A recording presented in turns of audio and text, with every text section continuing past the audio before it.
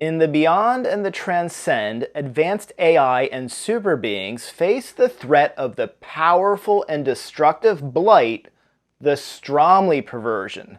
On the low-tech Tynes world in the slow zone, factions of dog-like aliens with shared minds and pack mentality fight it out medieval style.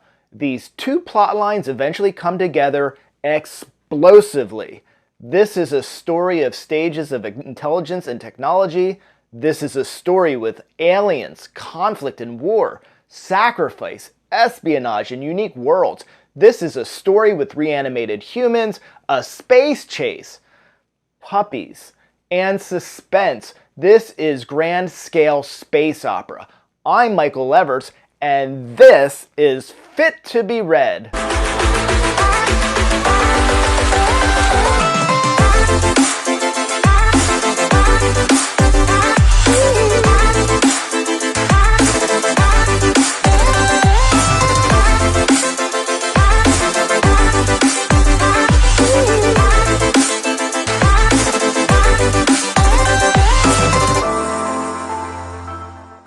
A Fire Upon the Deep by Vernor Vinge is the first book of an excellent series known as The Zones of Thought. And every time I say that title, I get Adele's Rolling in the Deep stuck in my head. As with each review on this channel, the episode will begin with a spoiler-free review. Following that summary, I'll discuss my 5 likes and my 5 dislikes that will include spoilers. I also ask that you really quickly touch the subscribe button, hit the notification bell, do all that stuff before we get started. In this series, Zones of Thought refers to distinctions among the laws of physics and level of potential advancement and intelligence throughout the universe. The setting for Fire Upon the Deep spans all of these zones, but mostly the beyond and the slow zone.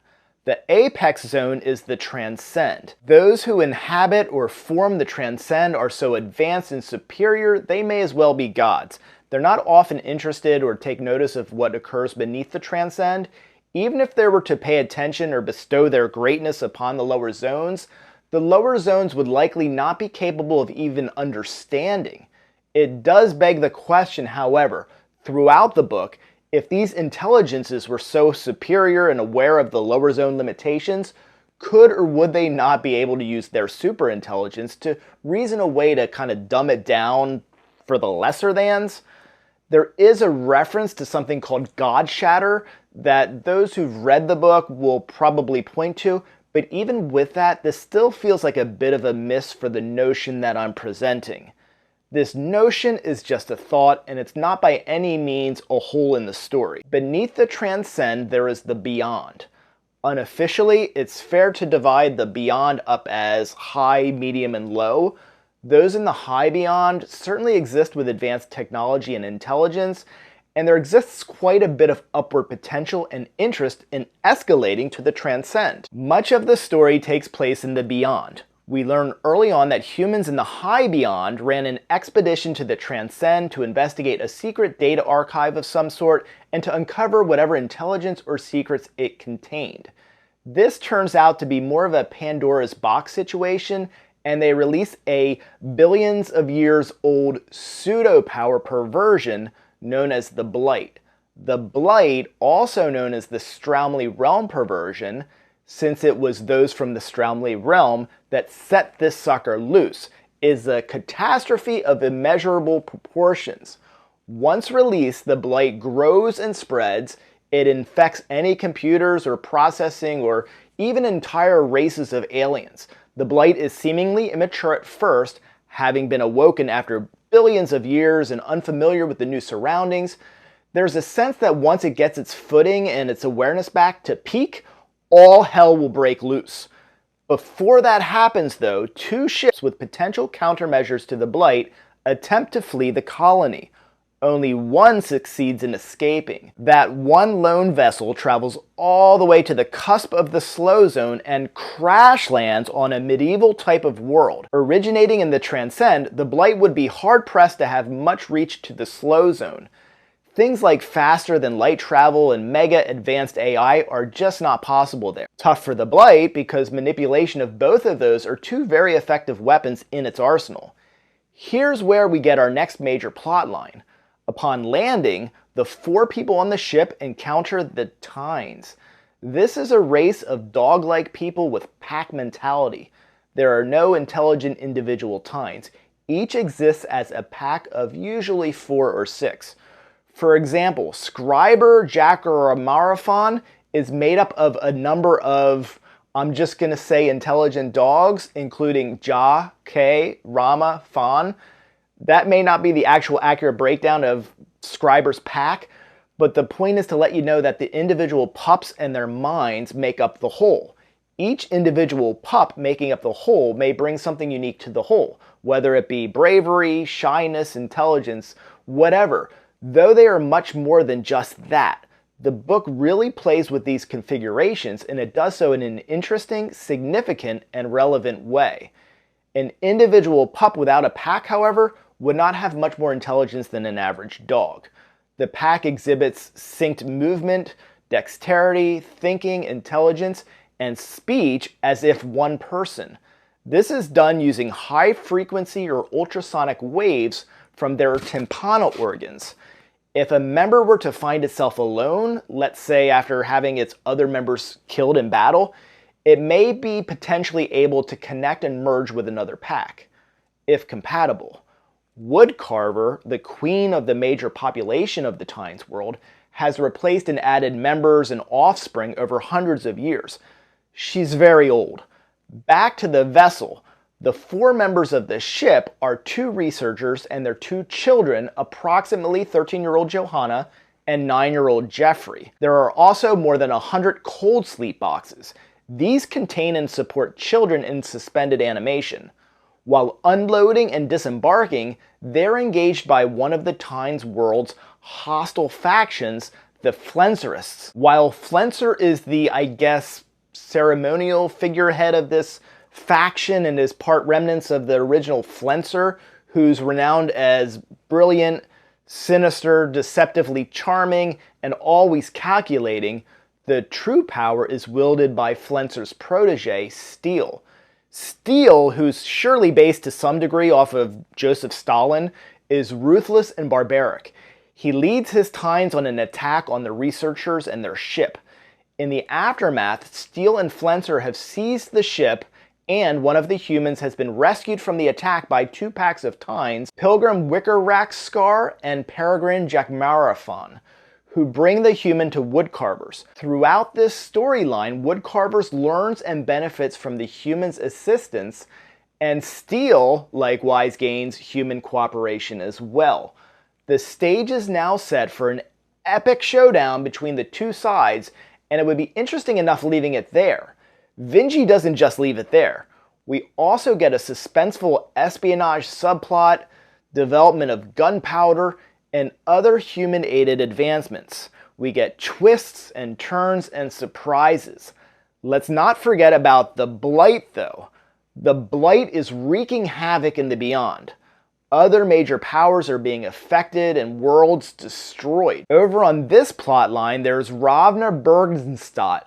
She's working on the Middle Beyond at the Vrimni organization in the relay system.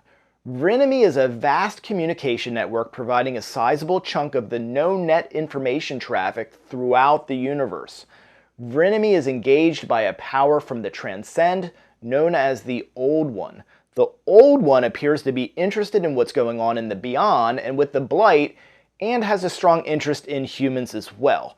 The Old One wants Ravna to come to the Beyond, but Ravna refuses the invitation. The Old One decides to channel its inner Dr. Frankenstein and builds its own human from a long dead and frozen body and other body parts gathered from the Slow Zone.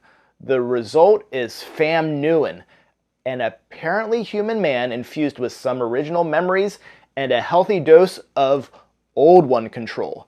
It's never 100% clear how much of Pham is Pham and how much of him is consciousness from the Old One. With Pham and Old One's help, Ravna finds a signal from one of the humans from the crashed research vessel on the Tines world. They arrange and design a ship that can travel to the Low Beyond and the Slow Zones in order to reach the crashed ship and hope to find the presumed Blight countermeasure. This is where we have the pleasure of making the acquaintance of another alien race, the Scrode Riders. Scrode Riders are an ancient alien race, and they rely on intelligent mobility carts called Scrodes that enhance memory, cognition, and allow them to move around. Ravna, Pham, and the two Scrode Riders, Blueshell and Greenstalk, escape from the Blight at Relay and embark on a journey through the beyond toward the Tynes world. To remain spoiler-free, I'll cruise through the remainder of this summary. During their journey, the Blight attempts to derail Ravna and her team. We're introduced to more alien races and alien worlds. We see the two plot lines begin to come together as Ravna is able to communicate with one of the Tynes faction and one of the humans on the Tynes world while en route. We see multiple layers of most of the characters. Let's start with Pham. He is sure of himself and he's often arrogant, while at the same time he's conflicted about how much of himself is real and how much is simulated. He only trusts himself and he distrusts others when things get murky and high stakes, while at the same time he questions if he really has any divine guidance or solution. Ravna is determined and empathetic, but also coolly rational. Greenstalk and Blueshell are highly competent and capable, but fear their vulnerabilities and question where they stand with their team. There are multiple theaters of suspense in this book. Will Ravna and the crew make it to the Tynes world, or will the Blight in all of its power and manipulations be able to stop them? Will Woodcarvers defeat or fall to Steele and the Flensorites? Will all of Steele's plotting and scheming pay off? What will be the fate of the humans? What will be the fate of the Stromley perversion? You'll only find out by doing yourself the favor of reading this engaging, exciting, entangling, and excellent fit-to-be-read novel. If you don't wish to find out before then, pop off this video now to return another day, as the spoilers are about to roll like scrodes through oil. Here are my 5 likes and 5 dislikes for Fire Upon the Deep. Like number 1, the concept of the aliens. The Tynes being the more primitive, non-spacefaring species and being the ones to consider life coming from the stars and using new to them discovered technology to contact them, the aliens, and the aliens are the humans. The focus on Johanna helping Woodcarvers, seemingly racing against Jeffrey, Ravna, and the Flensors also reminds us again that the humans are one of the extraterrestrial intelligences in the story. We're the aliens, at least if you're reading from connecting most with the Tynes point of view. Like number 2, Ravna finding out after betting Pham that it was really the god that she was with. It was already like creep factor 9 considering Pham's origin story, but the bait and switch from the old one was quite rich, disturbingly. Dislike number 1, the no net passages.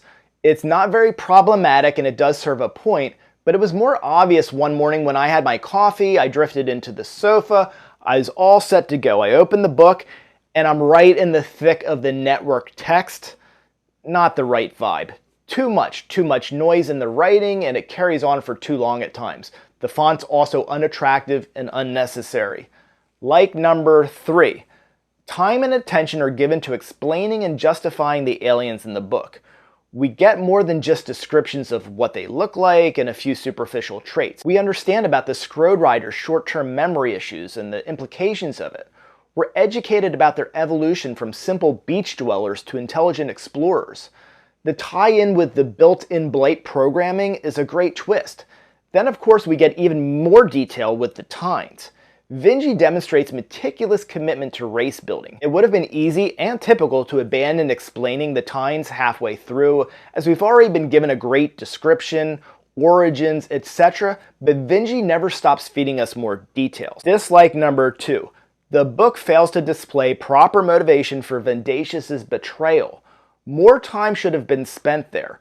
Even 2 or 3 more pages could have really cleaned up the omission. Dislike number 3. While it makes the story a bit easier, having Woodcarver all pure and good, contrasted to Steele being conniving and evil, it's a little too clean. I want Woodcarvers to have some kind of a flaw, or anything to convince me that she's not a ruler of a kingdom who's just completely righteous and pure. Like number 4, rapidly applied technology. I love when sci-fi includes some sort of first contact or search for extraterrestrial intelligence that considers the impact of advanced alien technology.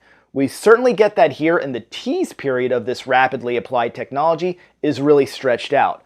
I enjoy the considerations of what a giant leap getting to bypass long periods of trial, pitfalls, discoveries, what it would mean to warring factions on a planet if one side were able to reap the benefits of the discovery. Dislike number 4, there was maybe not enough outrage from Woodcarver's side toward Ravna for killing, nay annihilating, their brethren so hastily.